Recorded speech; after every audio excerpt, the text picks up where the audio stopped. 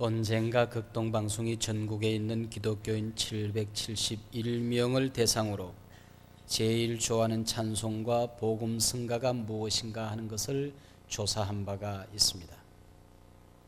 찬송가 중에서 1위는 나 같은 죄인 살리신, 2위는 지금까지 지내온 것이라는 찬송이었습니다. 복음 성가로는 단연 축복송이 1위를 차지했습니다. 지금은 목사의 부인이 된 송정미 씨의 축복송 가사는 이렇게 되어 있습니다. 때로는 너의 앞에 어려움과 아픔이 있지만 담대하게 주를 바라보는 너의 영혼 우리 볼 때 얼마나 아름다운지, 너의 영혼 통해 큰 영광 받으실 하나님을 찬양. 오 할렐루야. 축복은 아편 같은 게 아니라는 위대한 메시지입니다. 성도 앞에도 어려움이 있을 수 있으나 성도는 그 어려움 가운데 주를 바라보고 승리함으로 하나님께 영광을 돌리고 그 영혼이 아름다워지고 그 영혼을 바라보는 이웃들을 기쁘게 하는 것, 이것을 이름하여 축복이라 합니다. 일찍이 스가모니는 생로병사, 태어나고 늙고 병들고 죽는 이 네 가지 수레바퀴에서 벗어날 수 있는 인생은 아무도 없다고 말했습니다. 그래서 이런 인생의 고난들을 숙명적으로 묵묵히 받아들이는 자세가 중요하다고 말했습니다. 과연 그렇습니까? 성경에서도 역시 인생의 고난을 부정하는 것은 아닙니다. 오늘 본문을 시작하며 성경은 우리에게 중요한 질문 하나를 던지고 있습니다. 너희 중에 고난 당하는 자가 있느냐? 그 누가 감히 이 질문 앞에 너 아니요라고 대답할 수 있습니까? 나는 문제가 없다, 내 사전에 고난이란 단어는 없다라고 외칠 수 있는 사람이 누가 있습니까? 산다는 것 자체가 고난입니다. 저마다의 환경 속에 고난이 있습니다. 육체적인 고난이 있습니다. 정신적인 아픔이 있습니다. 영적인 고난뿐만 아니라 복음을 위한 고난이 있습니다. 오늘 본문을 받아 읽던 흩어져 있는 12지파, 즉 당시의 신자들만 해도 그렇습니다. 그들은 예수를 믿는다는 사실 때문에 고향에서 쫓겨난 사람들, 직업을 잃고 밥을 굶던 사람들, 남편이 사자에게 찢겨 죽고 자식이 화형당한 사람들, 병들었으나 약 한 번 제대로 써보지 못한 그런 사람들이었습니다. 본문의 저자 야고보는 초대교회 최고 지도자였습니다. 성도들의 이러한 형편을 보고 기도하도록 요청합니다. 야고보는 특별히 기도의 사람으로 얼마나 그가 기도를 많이 했던지 별명이 낙타무릎이라고 하지 않습니까? 아마 오늘 아침 교회에 나오신 여러분들 가운데서도 좀처럼 해결되지 않는 안타까운 문제를 안고 나오신 분, 마음속에 깊은 번민을 가진 채 나오신 분, 병든 가족 때문에 깊은 시름을 지닌 채 이 자리에 나오신 분들이 있는 줄로 압니다. 그런가 하면 한없는 만족과 기쁨 때문에 주체할 수 없는 감격을 가지고 이 자리에 나오신 분들도 있을 것입니다. 이것이 인생입니다. 그러나 문제는 내가 처하여 있는 그 상황을 어떻게 대처하느냐 하는 것입니다. 여기에 신앙인과 불신앙인, 그리스도인과 자연인의 갈림길이 있습니다.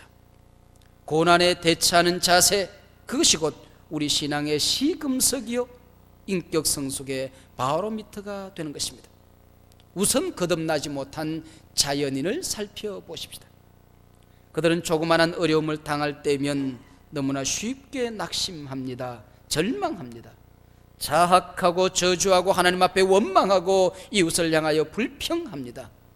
그러다가 조금만 일이 잘 되면 번성하는가 싶으면 천상천하 유아독존 교만합니다. 여러분, 술자석에서 떠드는 소리를 들어보셨습니까? 모두 저 잘났다는 얘기, 자기 똑똑하다는 얘기밖에 없습니다. 이것이 모두 불신앙의 특징들입니다. 그러면 신앙인의 특징이 무엇입니까? 너희 중 고난 당하는 자가 있느냐? 저는 기도할 것이요. 우리 인간이 이 땅에 살아가면서 우리 입으로 할 수 있는 최고로 영광스러운 일은 기도하는 일과 찬송하는 일입니다. 그러므로 크리스찬의 삶의 태도는 습관머리처럼 고난을 운명적으로 받아들이는 것이 아니요, 불신앙인들처럼 하나님께 원망하고 이웃에게 불평하고 자신을 향해서는 쉽게 자학하는 그런 태도가 아닙니다. 그리스도인은 고난의 때에 기도합니다. 기도는 우리의 순간 임무요 특권입니다. 우리는 문제가 있을 때마다 하나님 앞에 당당히 나아갈 수 있는 하나님의 자녀들입니다. 하나님 앞에 요구할 수 있는 권리를 가진 사람들입니다. 이것은 적어도 우리 그리스도인들이 갖는 배짱이요 믿음이 아니겠습니까? 적어도 우리는 하나님을 사랑하는 자, 그 뜻대로 부르심을 입은 자들에게는 모든 것이 합력하여 선을 이룬다는 이 분명한 사실을 믿고 살아갑니다. 어릴 때 동네 방앗간에서 가래떡을 뽑아 본 적이 있습니다. 부자들은 고운 쌀에 찹쌀까지 섞어서 떡을 만듭니다. 그러나 가난한 사람들은 부스러기 쌀, 즉 쌀에기를 씻어 떡을 만들지요. 혹 밀가루를 섞어 만드는 가정도 있습니다. 그러나 기계 속에 찹쌀을 넣든 쌀에기를 넣든 밀가루를 넣든 털을 빠져나올 때는 똑같은 모양의 가래떡이 되어 나옵니다. 옳습니다. 때로는 기쁨이 넘치고 때로는 눈물이 흐를지라도, 때로는 감사가 넘치고 때로는 고난이 몰아쳐온다 할지라도 하나님의 틀을 빠져나온 우리의 인생은 하나님의 뜻, 하나님의 사랑, 하나님의 선이라는 모양대로 만들어져 나옵니다. 때문에 신앙인들은 원망, 불평, 자학 대신 기도하는 것입니다. 이 분명한 사실을 우리에게 가르쳐 주기 위하여 오늘 짧은 본문 속에 기도라고 하는 단어가 7번씩이나 반복적으로 등장하고 있습니다. 타스크라는 훌륭한 신앙인은 기도는 인간의 문제를 해결한다, 그렇지 못할 때라도 기도는 인간의 마음을 변화시켜 그 문제를 대처할 수 있게 해준다라고 했습니다. 대단히 신앙적이고 성경적인 견해 아니겠습니까? 기도할 때 도대체 어떤 역사가 일어납니까? 첫째, 기도는 기도하는 사람을 변화시킵니다. 기도의 가장 영광스러운 결과는 기도하는 내가 변화하는 데 있습니다. 기도는 잘못을 깨닫게 해줍니다. 나의 부족과 누추함을 알게 해줍니다. 하나님의 말씀 앞에 불순종했던 나를 발견하게 해줍니다. 우리 자녀들이 속을 썩여서 기도하다 보면 나 자신이 하나님 앞에서 얼마나 속썩이는 못난 자식인가 하는 것을 깨닫게 됩니다. 남편이나 아내를 위해 기도하다 보면 신랑 되신 우리 주님 앞에 나 자신이 얼마나 순결하지 못한 신부인가 하는 것을 깨닫습니다. 사업 문제를 놓고 기도하다 보면 나 자신은 하나님의 도움 없이 아무것도 할 수 없다는 자신의 부족을 한없이 깨닫게 해줍니다. 그래서 회개합니다. 신앙인의 가장 위대한 축복은 회개입니다. 회개는 하나님 앞에 나를 세웁니다. 하나님을 만나게 해줍니다. 하나님과 나 사이에 막힌 담을 허뭅니다. 하늘 문을 열어줍니다. 그래서 기도는 우선 나부터 변화를 시킵니다. 둘째, 기도는 환경을 변화시킵니다. 문제를 변화시킵니다. 기도는 우리가 해결할 수 없는 문제를 전능하신 하나님의 손에 맡기는 행위입니다. 언제나 인간의 위기는 하나님이 역사하실 기회가 아니었습니까? 인간의 힘으로 아무것도 할 수 없는 바로 그 순간에 기도는 전능하신 하나님의 손이 나를 향해 역사할 수 있도록 만들어 줍니다. 셋째, 기도는 그 사건을 해결할 수 있는 능력을 나에게 부여해 줍니다. 물이 깊은 게 문제가 아니라 수영을 하지 못하는 것이 문제입니다. 시험 문제가 어려운 것이 문제가 아니라 그것을 풀 수 있는 실력 없음이 문제입니다. 이때 기도는 그 문제를 해결하고 풀고 이길 수 있는 힘을 우리에게 공급해 줍니다. 이 땅의 고아의 아버지, 기도의 능력자로 알려진 뮬러는 이렇게 말했습니다. 나는 하나님께서 내가 기도할 때마다 쉽게 응답해 주시지 않은 것을 감사한다. 왜냐하면 금방 응답하셨으면 내가 기도를 쉬었을 텐데 하나님께서 내게 응답해 주지 않으셨기 때문에 나는 기도하고 기도했으며 또 매달렸다.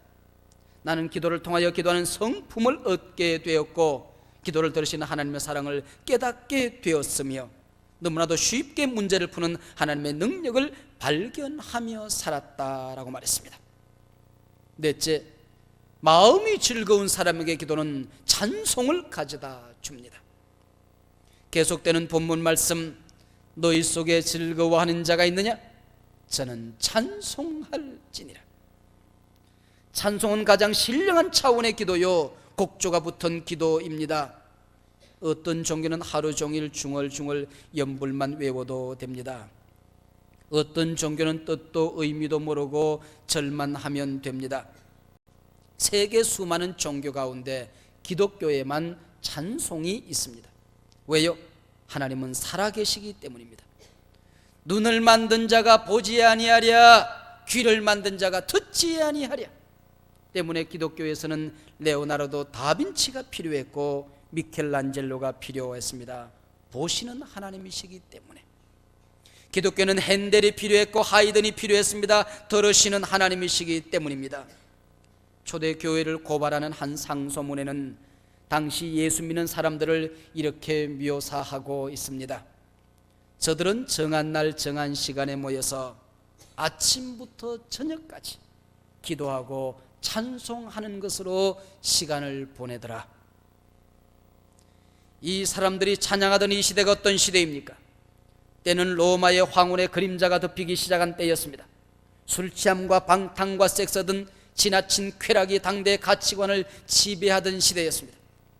로마의 귀족들은 먹는 즐거움을 얻기 위해 목구멍에 손을 넣어 음식을 토해내고 다시 마시는 음식을 집어넣고 부른 배로 호모섹스를 즐기며 살던 바로 그 시대였습니다. 오늘 이 시대는 어떤 시대입니까? 이 시대에 즐거움이 있습니까? 빌딩마다 술집으로 들어차 있고 세계 어디를 가도 젊은이들 사이에 마약이 심각한 사회 문제로 대두되어 있습니다. 바로 이런 시대 속에서 신앙은 우리에게 즐거움을 가져다 주고 기도는 우리에게 찬송을 가져다 줍니다. 인생은 고난의 순간이 있는가 하면 즐거움의 순간이 있습니다. 우리는 고난 중 기도를 잊지 않듯이 즐거움의 순간에 찬양을 잊지 말아야 한다고 성경은 말씀하고 있습니다. 고난에서 벗어난 사람들이 곧잘 감사와 찬양을 잊어버리곤 하기 때문입니다. 고난 중 기도해야 할 일과 함께 잊지 말아야 할 일은 즐거움 중에 찬송하는 일입니다. 지금까지 고난 중에 기도할 것과 즐거움 중에 찬송할 것을 가르친 본문은 14절로 이어갑니다. 너희 중에 병든 자가 있느냐? 저는 교회의 장로들을 청할 것이요 그들은 주의 이름으로 기름을 바르며 위하여 기도할지니라. 믿음의 기도는 병든 자를 구원하리니 주께서 저를 일으키시리라. 즉 고난의 좀 더 구체적인 예로 병든 자를 들어 설명하고 있습니다. 고난도 여러 종류가 있을 수 있으나 그 중에서 육체의 질병으로 고생하는 것만큼 개인적으로 고독하고 가정적으로 침울하고 이웃들에게 함께 슬픔을 주는 고난은 더 없기 때문입니다. 어느 날 갑자기 병으로 쓰러졌다고 생각해 봅시다. 그가 하던 일, 꿈꾸고 계획하던 모든 일이 한순간에 무너지고 정신적인 고통, 경제적인 손실로 인하여 한 인간이 졸지에 무너지게 됩니다. 우리 주변에서도 평소 건강만큼은 자신만만해하고 무척이나 패기만만해 보이던 사람들이 한순간에 쓰러져 오랫동안 병상을 떠나지 못하는 경우를 종종 봅니다. 이때 서로 기도하라고 본문은 말합니다. TV 프로 가운데 동물의 왕국이라는 프로그램이 있습니다. 우연히 보게 된 프로그램 가운데 이런 내용이 이어졌습니다. 맹수들이 떼를 지어서 싸움을 했습니다. 상처를 입은 놈이 상처를 안고 굴 속으로 숨어들었습니다. 적들이 떠나고 아침 햇살이 돋아오자 그 상처를 움켜쥐고 굴 속에 웅크리고 누워있는 것이 아니라 아픈 몸을 질질 끌고 나와서 햇빛에 상처를 드러내는 모습을 보았습니다. 세상 살다 보면 내 힘으로 이러지도 저러지도 못하는 아픈 육체의 상처를 안고 살아갈 때가 있지요. 주고받은 마음의 상처 때문에 못내 쓰리고 아파서 울어야 할 때가 있지요. 영적인 커다란 고통 때문에 혼자 그 짐을 끌어지고 괴로워해 본 적이 없으십니까? 이때 믿음의 사람들은 이불을 뒤집어 쓰고 절망하고 낭망하고 한탄하는 것이 아니라 치료하는 광선, 의의 태양 앞에 자신의 상처를 드러내고 주님 치료하여 주십시오, 기도하는 것, 이것이 신앙인의 삶의 자세다. 오늘 본문은 그렇게 말씀하고 있습니다. 함께 기도하라고 말씀합니다. 공항에서 오류동 가는 길로 조금 달리다 보면 서암보건병원이라는 크지 않은 병원이 나옵니다. 그게 병원 간판 앞에 이런 표가 붙어 있습니다. 우리는 봉사, 하나님은 치료. 우리는 봉사, 하나님은 치료. 너희 중에 병든 자가 있냐 서로 위하여 기도할지니라. 기도하면 너희는 기도, 하나님은 치료. 소위 이런 기도를 중보기도라고 합니다. 여러분, 우리는 우리 자신의 문제를 들고 하나님 앞에 나아갈 뿐만 아니라 형제, 자매, 이웃들의 문제를 가지고 하나님 앞에 나아갈 수 있는 왕같은 제사장의 신분을 부여받은 사람들입니다. 이 얼마나 기막힌 하나님의 은혜입니까? 우리가 다른 사람의 문제를 가지고 하나님 앞에 나아가도 하나님께서 들어주시겠다 약속하셨습니다. 이 얼마나 놀라운 특권입니까? 나는 너를 위해 기도하고 너는 나를 위해 기도하고, 나는 네가 필요하고 너는 내가 필요하고, 너 없이 나 못 살고 나 없이 너 못 사는 공동체, 이 얼마나 멋진 세계입니까? 예수를 믿는다 하면서도 극단적인 이기주의에 빠진 사람만큼 그 신분에 어울리지 않는 추한 꼴은 없을 것입니다. 기도한다고 하면서도 교회나 국가나 이웃을 위해 기도 한번 제대로 해보지 못하고 날마다 자기 기도밖에 할 줄 모르고 자기 가정이나 내 주변에만 관심을 두고 기도하는 사람이라면 그는 하나님의 자녀 왕같은 제사장의 신분에 도무지 어울리지 않는 졸렬한 신자가 아닐 수 없습니다. 오늘 보면 16절에서 18절은 이 중보기도의 능력이 얼마나 위대한가를 말씀해 줍니다. 의인의 간구는 역사는 힘이 많으니라. 엘리야는 우리와 성정이 같은 사람이로되 제가 비 오지 않기를 간절히 기도한 적 3년 6개월 동안 땅에 비가 아니오고 다시 기도한 적 하늘이 비를 주고 땅이 열매를 내었느니라. 이 엄청난 기도의 능력을 나를 위해 사용하는 것 좋은 일입니다. 그러나 나만을 위해 사용한다는 것은 너무 폭좁은 신앙인의 졸렬함입니다. 생각해 보십시다. 엄청난 수력발전소, 화력발전소, 아니면 원자력 발전소를 만들어 놓고 그 전력 중 한 줄만 끌어다가 우리 집 안방에만 불을 밝히고 있다면 이 얼마나 바보스러운 일입니까? 이 얼마나 당차는 일이겠습니까? 기도의 능력도 마찬가지입니다. 여러분, 우리 주변에 육체에 병든 사람들이 많이 있습니다. 내 주변에 가난한 사람들이 있습니다. 우리 주변에 여러 가지 문제를 안고 신음하는 이웃들이 많이 있습니다. 우리 교회 내 문제가 없지 않습니다. 우리 사회와 나라의 문제들 때문에 성령이 탄식하고 있습니다. 이 모두가 우리의 기도를 기다리는 현장들 아니겠습니까?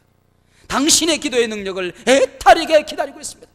당신이 기도하면 민족이 살아날 것입니다. 당신이 기도하면 가정이 세움받게 될 것입니다. 내가 잠들면 민족도 가정도 교회도 잠들고 말 것입니다. 우리가 신앙생활을 하다 보면 특별한 기도의 기간을 설정하고 온 민족이 함께 기도합시다 외칠 때가 있지요. 한 교회가 특별 기도 기간을 선포하고 우리 모두 함께 기도합시다 선언할 때가 있습니다. 그때는 특별한 의미가 있는 기간입니다. 하나님의 약속이 담겨져 있는 기도의 기간입니다. 어느 때 기도한들 하나님이 들어주시지 않겠습니까마는 한 공동체가 특별 기간을 정했다고 하는 것은 그게 하나님의 약속이 있는 것입니다. 그 기간을 통하여 여러분들은 하나님을 만나게 될 것입니다.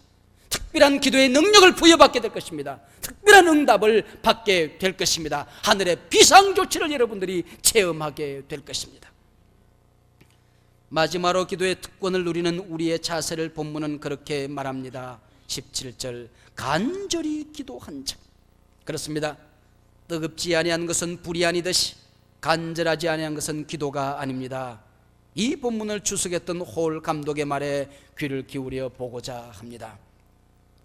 기도는 수학이 아니니 기도의 회수가 기도의 힘이 되는 것 아니고, 기도는 수사학이 아니니 기도의 웅변이 기도의 힘이 되지도 못하며, 기도는 기약이 아니니 그 기도의 장단이 기도의 힘이 되지도 못한다. 기도는 또한 음악도 아니니 그 음성의 아름다움이 힘이 되지도 못하며, 기도는 또한 논리학도 아니니 그의 논조가 문제되지도 못하며, 기도의 순서가 정해난 그 방법이 기도의 힘이 되지 못하며, 심지어는 하나님께서 가장 관심을 두시는 신학까지도 기도의 힘은 되지 못하고, 교리가 아무리 좋게 들린다 하여도 기도의 힘은 되지 못한다. 그러나 오직 마음의 열심, 간절히 기도하는 일, 이것만이 가장 필요하고 유용한 힘이 되어 줄 것이다. 머리에 땀이 나도록 온몸에 힘을 다하여 나라와 민족을 위하여, 교회와 여러분의 가정을 위하여, 어버이들과 자식들을 위하여 기도하는 기간을 가져보십시다. 지금까지 기도를 연구하던 사람들은 기도는 사역의 어떤 준비라고 생각을 했습니다. 그러나 최근에 성경을 진지하게 연구하던 사람들은 기도의 새로운 차원을 보게 되는 것입니다. 기도는 사역이다. 기도 자체가 가장 위대한 사역이다. 주일학교에서 아이들을 가르치는 교사들이 아이들을 모아놓고 성경을 가르치는 그 시간보다 더 진지한 사역은 아이들의 영혼을 가슴에 안고 기도하는 그 시간이라고 하는 것입니다. 구역을 방문하여 공가책을 가르치는 그 시간보다도 구역 식구들의 영혼을 가슴에 끌안고 몸부림하며 기도하는 그 시간이 가장 위대한 사역의 시간이라고 하는 것입니다. 경영학에서 20대 80의 법칙이라고 하는 게 있습니다. 어떤 공동체든지 그 공동체의 생산량의 총 80%를 20%의 사람들이 만들어내더라고 하는 것입니다. 이 20%의 사람들만 살아있으면 공동체를 발전적으로 이끌어갈 수 있다고 하는 것입니다. 그렇다고 하면 이 땅에 그리스도인 20%가 살아있으면 이 민족을 살릴 수 있다는 얘기가 아니겠습니까? 한국의 그리스도인들이 살면, 깨어있으면 이 민족을 깨울 수가 있다고 하는 약속의 말씀 아닐런지요. 사랑하는 여러분, 기도는 고난의 항아리를 부수는 햄머입니다. 그 햄머를 녹슬게 하지 마십시다. 기도하는 치료하는 광선입니다. 그 광선의 통로를 차단하지 마십시다. 기도는 하늘 보고를 여는 열쇠입니다. 그 열쇠가 늘 반짝이게 하십시다. 기도는 우리의 인격을 변화시키는 선생입니다. 그 선생이 늘 나에게 말하도록 하십시다. 기도하는 사람 곁에 기쁨의 샘이 솟고, 기도하는 사람 곁에 찬양이 있습니다. 기도는 사랑의 열차입니다. 이 시간에도 그 기도로 당신은 고난 중에 있는 이웃에게로 달려갈 수가 있습니다. 당신이 여행 중에 있을지라도 중보기도를 통해 당신의 가족과 함께할 수 있습니다. 중보기도를 통해 당신의 영혼은 멀리 떨어져 있는 이웃과 함께할 수 있습니다. 만날 수 없는 이웃을 당신은 중보기도를 통해 만날 수 있습니다. 도울 수 없는 이웃을 당신은 중보기도를 통해 얼마든지 도울 수 있습니다. 기도는 하나님의 자녀된 우리 모두의 특권입니다. 기도할 것이요 기도할지니라. 기도하십시다.